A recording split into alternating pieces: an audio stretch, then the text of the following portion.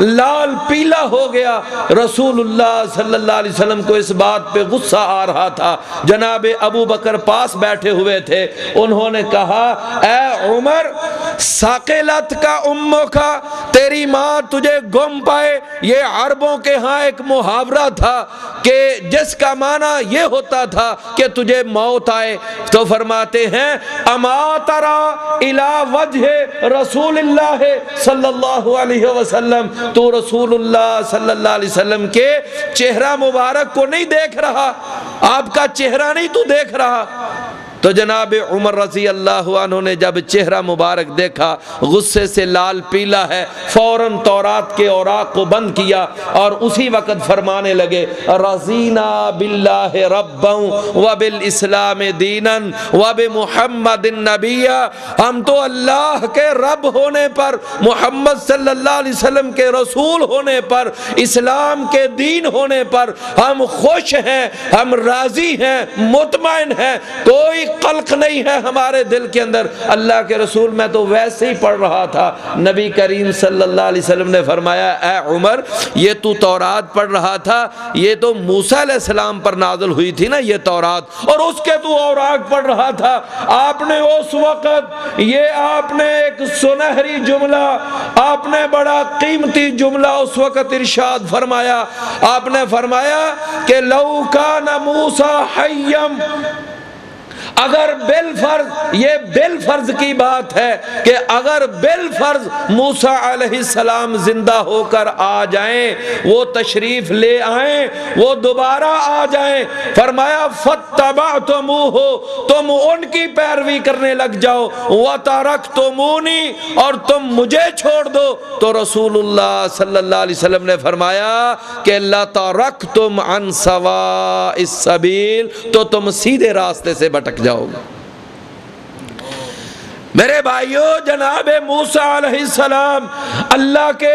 جلیل القدر پیغمبروں میں سے ایک بہت بڑے جلیل القدر پیغمبر ہیں، اولو العظم پیغمبروں میں سے ایک اولو العظم پیغمبر ہیں، اور ان 5 پیغمبروں میں سے ہیں کہ جن کو اللہ نے قرآن کے اندر 2 جگہ پر اکٹھا بیان فرمایا ہے۔ ان پیغمبروں میں سے ایک پیغمبر ہیں، قرآن مجید کے 30 پارے ہیں، اور ان 30 پاروں میں سے کوئی ایک پارہ بھی ایسا نہیں ہے کہ جس کے اندر جناب موسیٰ علیہ السلام کا تذکرہ نہ ہو، ہر پارے کے اندر تذکرہ ہے۔ اتنے عظیم الشان پیغمبر ہیں، لیکن محمد کریم صلی اللہ علیہ وسلم نے فرمایا اب میرے آنے کے بعد جناب موسیٰ علیہ السلام کا سکہ اور ان کی شریعت اب وہ نہیں چل سکتی۔ میرے پیارے بھائیو، ہم یہ سیرت امام الانبیاء کانفرنس میں یہ شریک ہیں، ذرا دل تھام کے اس بات کا خود فیصلہ کیجئے،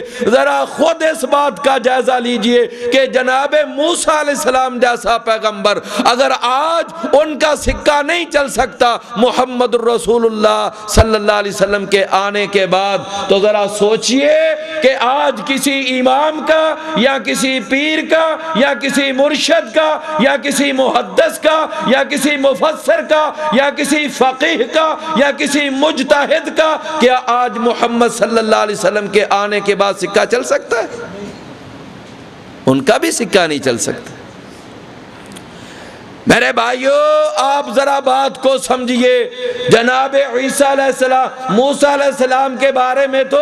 آپ نے فرمایا نا لو کانا، اگر بالفرض وہ آ جائیں، جناب عیسیٰ علیہ السلام آئیں گے، واقعتاً آئیں گے، ہمارا ایمان ہے، عقیدہ ہے کہ وہ آئیں گے، قرب قیامت تشریف لائیں گے جناب عیسیٰ علیہ السلام، لیکن وہ دنیا میں آ کر اب اپنی نبوت اور رسالت نہیں چلائیں گے، بلکہ محمد الرسول اللہ صلی اللہ علیہ وسلم کے امتی بن کر وہ باقی زندگی گزاریں گے۔ تو اب میرے بھائیوں خود آپ سوچ لیں کہ جب جناب موسیٰ علیہ السلام جیسے پیغمبر، جناب عیسیٰ علیہ السلام جیسے پیغمبر، اب ان کا یہ سلسلہ منقطع ہے، ختم ہے، اب ان کی شریعت کینسل، منسوخ، تو میرے پیارے بھائیوں اگر آج ہم اپنے امام کے اوپر فقہیں بنا کر اور مسلک بنا کر اور اپنے آپ کو مختلف مسالک میں تقسیم کر کے بیٹھ جائیں تو میرے بھائیوں یہ کہاں قرین انصاف ہے، یہ کہاں انصاف کی بات ہے؟ کوئی اپنے آپ کو حنفی بنا بیٹھے، کوئی اپنے آپ کو شافعی بنا بیٹھے، کوئی اپنے آپ کو مالکی بنا بیٹھے، کوئی اپنے آپ کو حنبلی بنا بیٹھے، کوئی اپنے آپ کو جعفری بنا بیٹھے۔ میرے عزیز بھائیوں یہ سارے تقلیدی سلسلے، یہ سارے تقلیدی بندھن اور یہ سارے تقلیدی پٹے یہ بالکل یہ ناجائز ہیں، اسلام کے اندر ان کی کوئی گنجائش نہیں۔ تو میں عرض یہ کر رہا تھا کہ رسول اللہ صلی اللہ علیہ وسلم سے پہلے تمام انبیاء کو ماننا الحمدللہ ہمارا عقیدہ ہے، اور تمام آسمانی کتابوں کو تسلیم کرنا یہ بھی ہمارے بنیادی عقائد میں شامل ہے۔ میرے پیارے بھائیو ذرا بات کو سمجھنا کہ جب ہم یہ بات مانتے ہیں کہ پہلے تمام انبیاء سچے انبیاء تھے اور تمام کتابیں وہ اللہ کی نازل شدہ کتابیں ہیں، لیکن وہ بعد میں ان ظالموں نے کیا کیا، ان کتابوں کے اندر انہوں نے اپنی من مانیاں کی ہیں، انہوں نے کتابوں کے اندر تحریف کی ہے، تبدیلیاں کی ہیں، اور قرآن اس بات کی گواہی دیتا ہے یحرفون الکلم عن مواضعہ۔ ان یہودیوں ظالموں نے، ان عیسائیوں پلیدوں نے کیا کیا؟ انہوں نے بہت بڑا ظلم یہ کیا کہ انہوں نے تورات کے اندر اور انجیل کے اندر انہوں نے اپنی منمانیاں کی، اپنی من مرضیاں کی، جس کا دل چاہا، جہاں پہ دل چاہا، جب دل چاہا، انہوں نے اس اپنی کتاب کے اندر انہوں نے تبدیلیاں کرنا شروع کر دی۔ لہٰذا آج یہ بات بڑے وثوق سے کہی جا سکتی ہے کہ آج عیسائی یہ اپنی جو بائبل جو ہمارے سامنے کتاب مقدس کے نام سے پیش کرتے ہیں، یہ بائبل، یہ کتاب، یہ وہ کتاب نہیں ہے جو عیسیٰ علیہ السلام پر نازل ہوئی تھی، اور یہ تورات وہ تورات بھی نہیں ہے جو موسیٰ علیہ السلام پر نازل ہوئی تھی۔ آج یہ لوگوں کی دسترس میں آ کر انہوں نے آج اس کا حلیہ ہی بگاڑ دیا ہے، اس کی شکل ہی بگاڑ دی ہے، آج اس کا بالکل اس کی جو اصل تعلیمات تھی آج انہوں نے ان کو بالکل مسخ کر کے رکھ دیا ہے۔ میرے بھائیو یہ تورات، یہ انجیل آج وہ اصل تورات اور انجیل نہیں ہے۔ یہ میری بات آپ کو سمجھ آ رہی ہے نا؟ یہ تورات اور یہ انجیل یہ وہ اصل تورات اور انجیل نہیں ہے۔ اب میرے پیارے بھائیوں اب دوسری طرف آ جائیے، قرآن مجید اللہ کا کلام اور آخری کلام، اس کلام کے اندر تقریباً 1400 سال سے لے کر آج تک کوئی مائی کا لال اس کے اندر یہ ثابت نہیں کر سکتا کہ اس قرآن کے اندر کوئی ایک لائن تو کیا، کوئی ایک حرف کی بھی تبدیلی ہوئی ہو۔ وہ قرآن جو جناب محمد صلی اللہ علیہ وسلم پر نازل ہوا تھا، وہ قرآن اور یہ قرآن جو آج ہماری مساجد میں، ہمارے مدارس میں یہ پڑھایا جا رہا ہے، اس قرآن اور اس قرآن کے اندر ایک لفظ کا بھی کوئی فرق نہیں ثابت کر سکتا۔ اللہ اکبر۔ اب میرے بھائیوں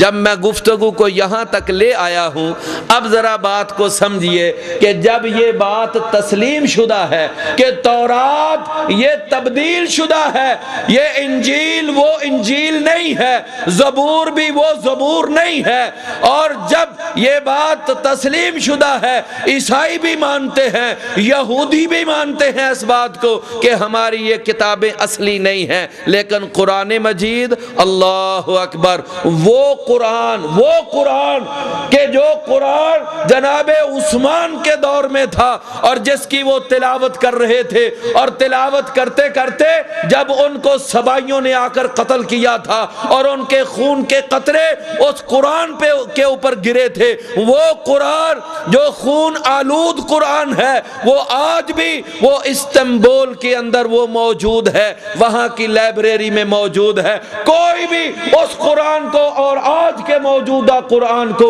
وہ تقابل کر کے دیکھ لے، وہ ساری 114 سورتوں میں وہ کسی جگہ پر بھی کوئی تبدیلی نہیں ثابت کر سکے۔